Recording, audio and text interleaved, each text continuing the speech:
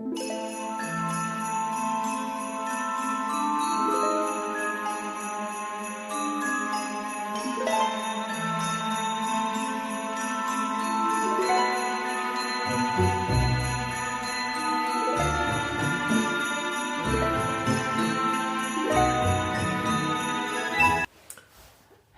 everybody, I hope you are doing well. I didn't expect to make a vlog today, but something came to my mind. Actually, there's 1,000,002 things that have been coming to my mind lately. As I am reviewing, okay, this is going to be a story time, and it has to do with another thing that was occurring with my mother that I had no idea. I've been racking my brain trying to figure out, how is it that my mom was living alone? Okay, so disclaimer, this is not about bashing my mom. She's passed away. This is about a new awareness that I'm having as I go back and review my timeline and look at it in a whole new way. I have understanding and I have new knowledge. Knowledge is key, and that was the breakthrough for the awakening, really. And I think me getting in touch with Shiva and Shakti showing me that I was really having a release of all these things that happened and an answer to all the strange behaviors. And there was a couple times where I actually cut my mother off because she blamed me for something I didn't do. So welcome if you're new here. My name is Sabrina. I am a mystic. I am a medium. I'm a psychic and a psychic healer. And I work in different ways to do that.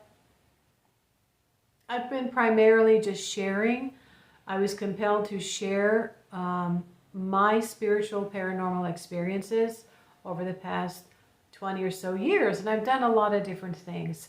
I work with spirits, and I'm a medium, so I can work with a lot of different spirits in different dimensions. I have primarily worked with the moon, water, energies of the moon. I've worked also with fire and the sun. But it seems that I was really led to work primarily with the moon and the subconscious mind for many years. And it's because I'm a survivor of narcissistic abuse and a narcissistic parent. Okay, so gaining this new awareness, having this release and this healing, it's too late for my mom, and she passed away, and I didn't know any of this stuff. Even when I was going to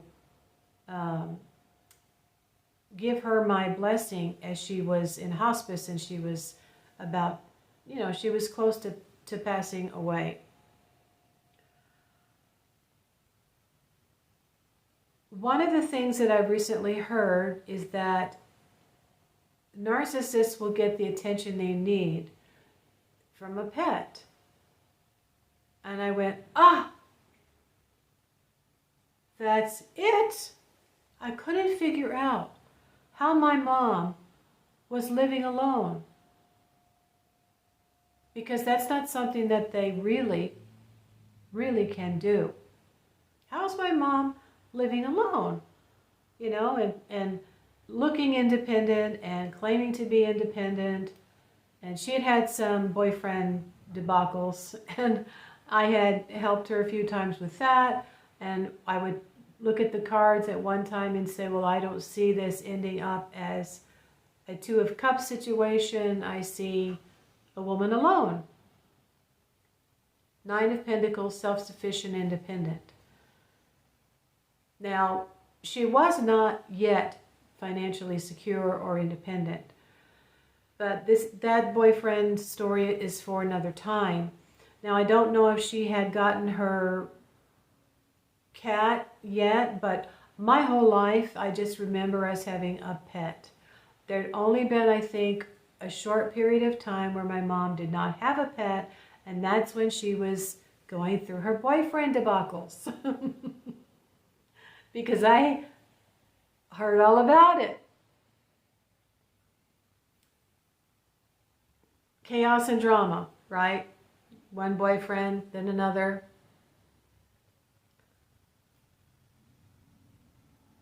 And so she had gone into a campground, another camper, another RV park, gotten away from the last boyfriend. And I had actually resumed communication with her because of what had happened with that boyfriend and how she was actually using him and then discarded him. That's for another video. And then she went back into this RV campground, got a small little camper, and got a cat. And I thought, well, okay, you know, we've always had pets. I've always had pets come to me. Stray animals, abandoned animals, animals that were, you know, in desperate need of food and love. That's pretty much how I've acquired my animals through my entire life. And that did include one of the dogs that we had for a while as I was starting to grow up around the age of 10 or 12. But before that, as I was younger growing up in the household, Mom had a German Shepherd and some a Siamese cat or two Siamese cats. We ended up giving those away, and we kept the dog for a while. I don't really remember how long we had the dog, or if we were without a dog, I think for a while. But Mom had me and my sister and my dad. So now here she is, finished with the boyfriend that she had really just moved in with to take care of her, is what she told me, for princess treatment. That's for another video. All of these things that I'm becoming aware of, okay, that I'm learning. You don't know what you don't know until you finally, you know, and it's all your life you think, okay, you know, she's not well, she's got bad nerves, she had a bad childhood, she's this and that. But, you know, when they say things like, I just want someone to take care of me, I'm like, oh my God. That is one of the times when the mask came off and she made a confession. I said, well, Mom, if you had moved in with this guy, gave up your independence, and moved in with him, for what? You've obviously been intimate, because, you know, she had no boundaries. She told me everything. You know, you can't be in a relationship.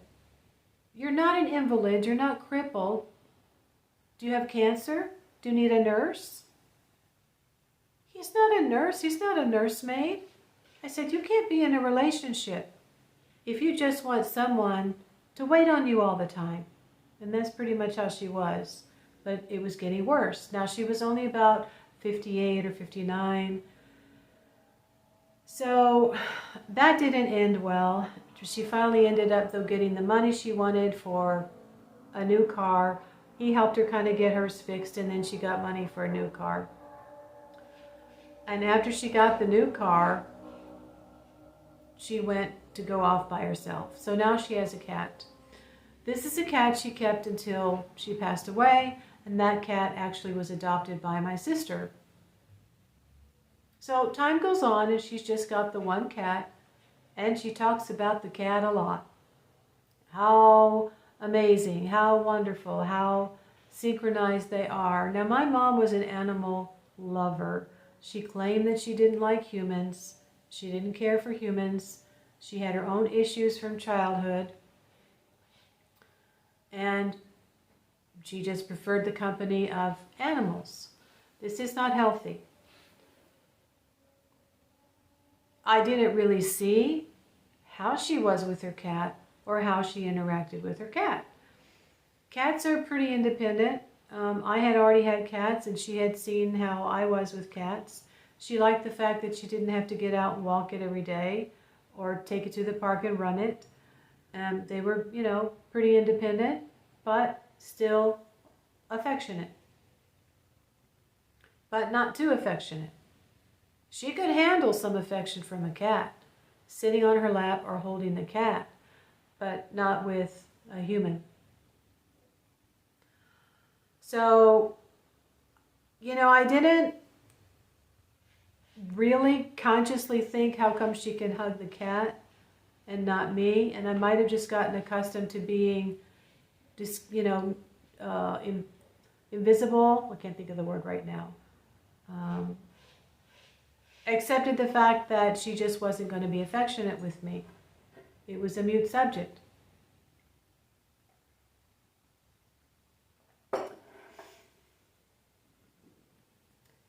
So she gets into another park. Finally, she had her name on the list, and she gets into this really nice RV resort park for seniors.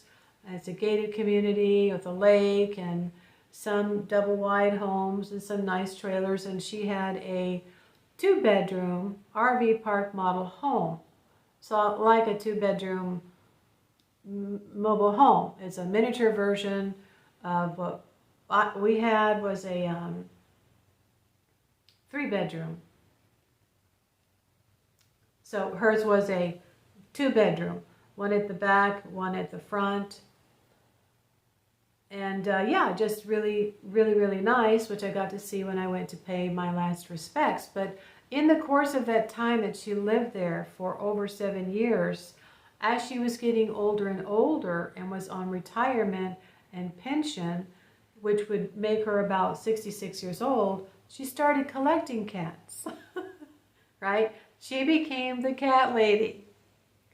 Now, as my sister would report to me, Mom's got another cat.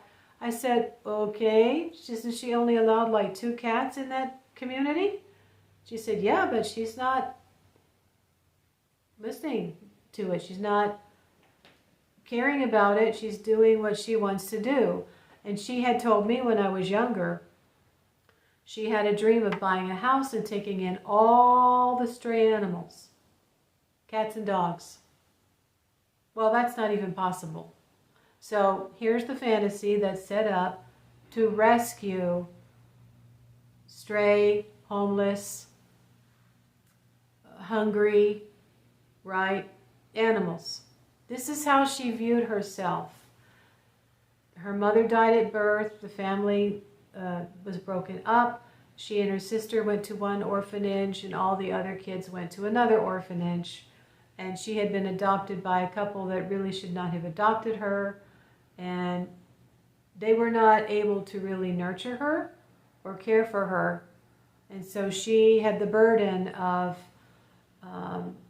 trying to make some breakfast or some meal, or help the lady make a meal. The lady was in a wheelchair a lot of the time, and she would even lean on my mother. So I don't know if that's when the issue started, or if it started when she was a baby and they found her in the crib and her eyes were crossed, okay? So I haven't done her chart yet either, so I don't know if she was born to be an addictive type of personality or not. Now, as I've said, and I just want to kind of interject this, for younger people that are under the age of 50, there is a chance to become self-aware and recover to a lesser or a greater degree. And it doesn't matter how long it takes. I think that for me, not really focusing on the healing process that I know what to do now, how it would be done, happened very quickly each time that I did it. But there was a period of time where I wasn't doing any meditation. I wasn't doing any mindful meditation. So it's just a matter of realizing that you need to do it, okay?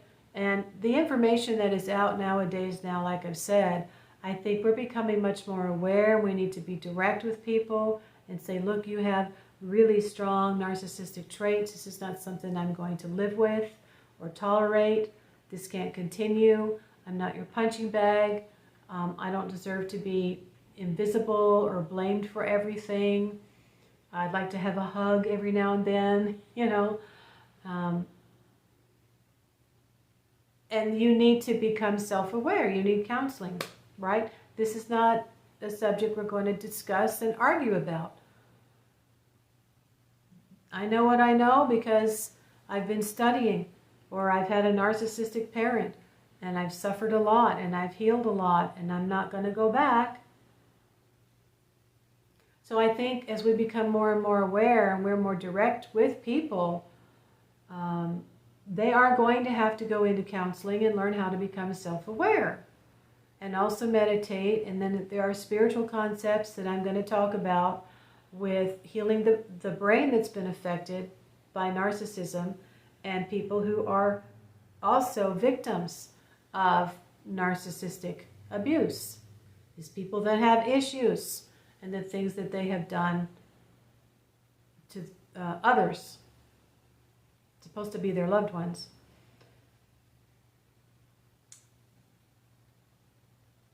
And so, yeah, Mom is collecting cats, you know. She's rescuing cats, she's finding cats. All of this is happening because this was her goal. This was not an accident that my mom was coming across injured animals on the side of the road and so forth and so on, and was getting one cat after another, taking them home, calling the vet, and the vet would come over to the house and administer shots or care or medicine or whatever. And she was lucky. I don't know how that came about, but this particular vet would make house calls. Next thing we know, she's got 6 cats. And I'm like, okay, come on, Mom. You are so happy to be in this park, and you've paid cash for your home, and you are in no condition to move. She didn't take care of herself. She never did. You're feeble, you're frail, you're not strong, you know, you're not well, you don't walk. The new car you got, you hardly ever drive. It's a, you know, it's a thing you now have under the carport. You have it, but you hardly ever drive it.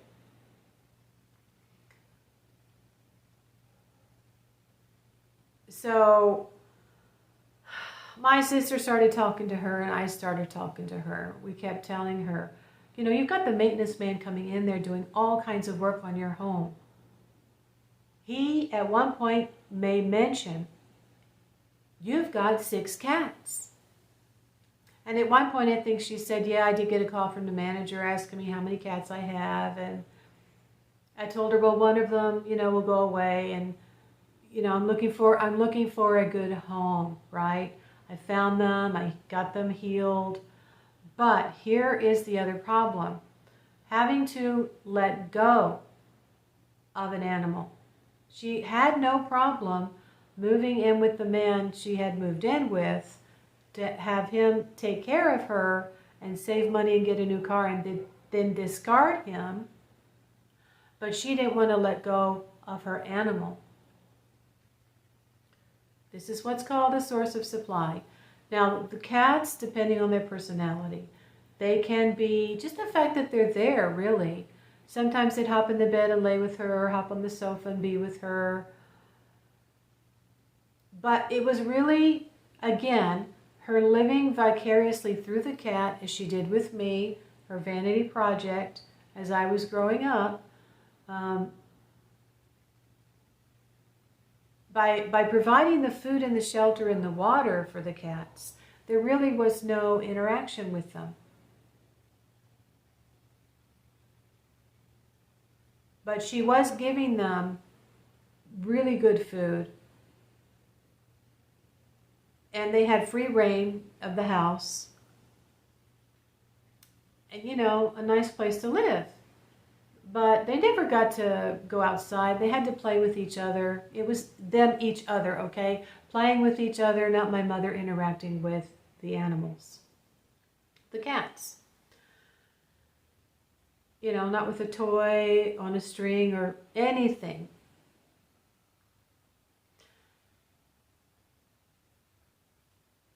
So this again is living vicariously through the cat, having the cat there playing with each other so she doesn't have to deal with entertaining them. That's interacting with your family member, okay? Playing with your animal, your cat, your dog, whatever, playing with them.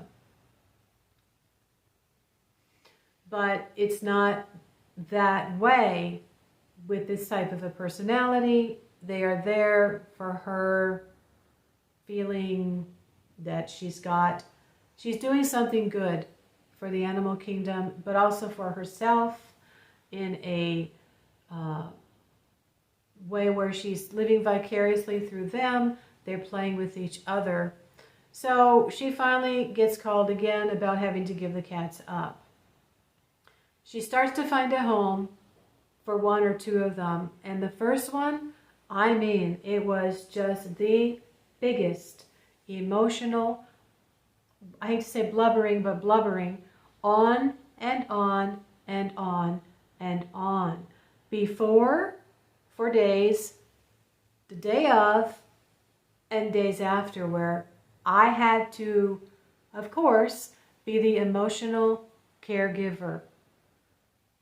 And just talk and talk and talk and talk her down into realizing she's done the best thing.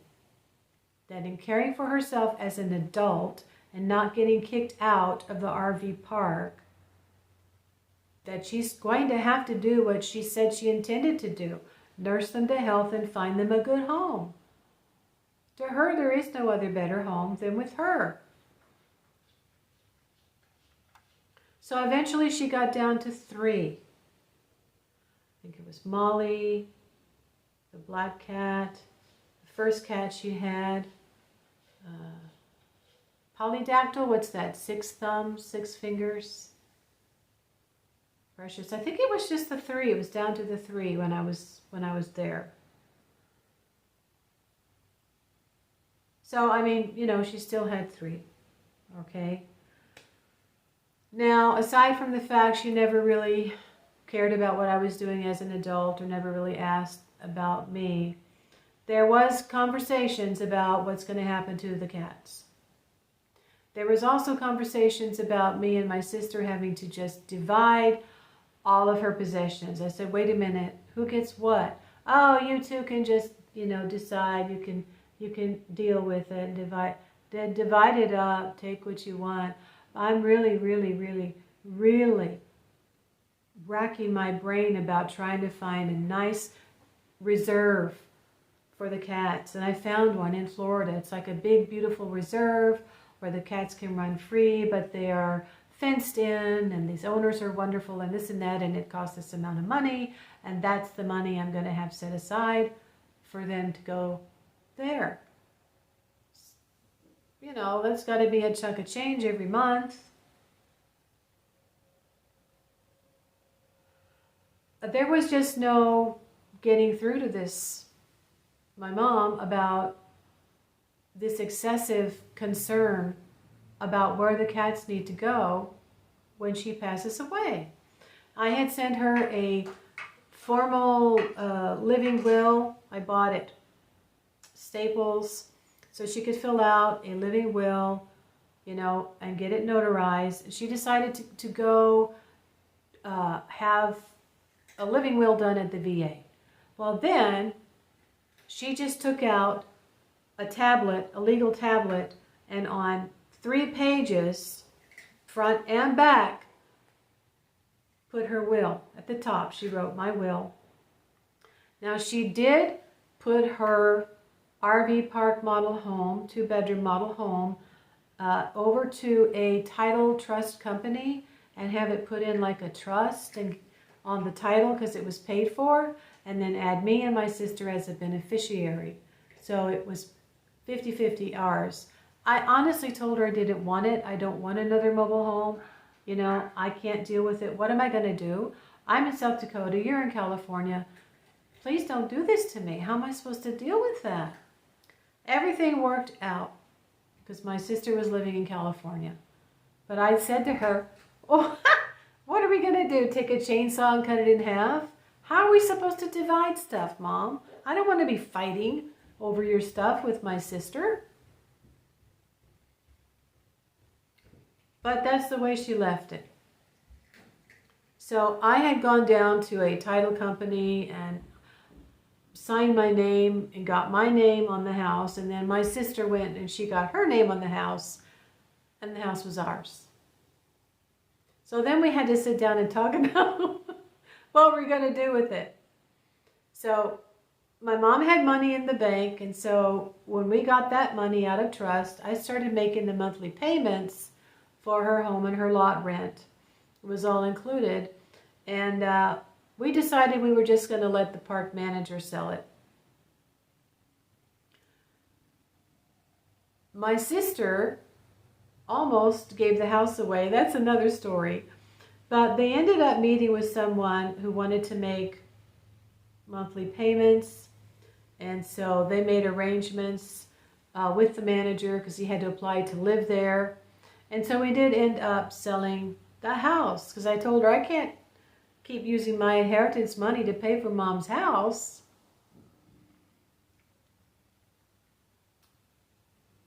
But the thing is, what was on the will is what really got me, okay? This is the kicker. And it's taken me over 5 years to get over it. I've just had a big, karmic release. So I can look at it now and tell you, the first page, extending on, I think, to the back of that page, I kid you not, was about the cats. Every cat named that she had, and the name of this place, that was her first option, and all of the amenities, and how much it would cost every month, and the name of the owners, and then her second choice. I mean, she just went on and on and on for more than a page. And I just remember looking at the second page with one paragraph that said, "The daughters, I leave everything else of my material possessions and they can divide it 50/50. I'll never forget that. I thought, my God, a page or two about the cats and one paragraph about what we get, or what we have to do, or what we get to do. So I'm running out of battery juice now, but I just wanted to let you know I had been led to Ganesha for a reason, that I had been actually healing and not knowing it just by chanting to Ganesha, working with Ganesha, and going through the things that I had to go through in my life at the time, which was a second Saturn return. But Ganesha is wonderful for helping people to heal their trauma or their abuse from a narcissist, whether it was a spouse, a family member, or a parent. Okay, that's all I'm going to say for this video, and I will talk to you later. Take care.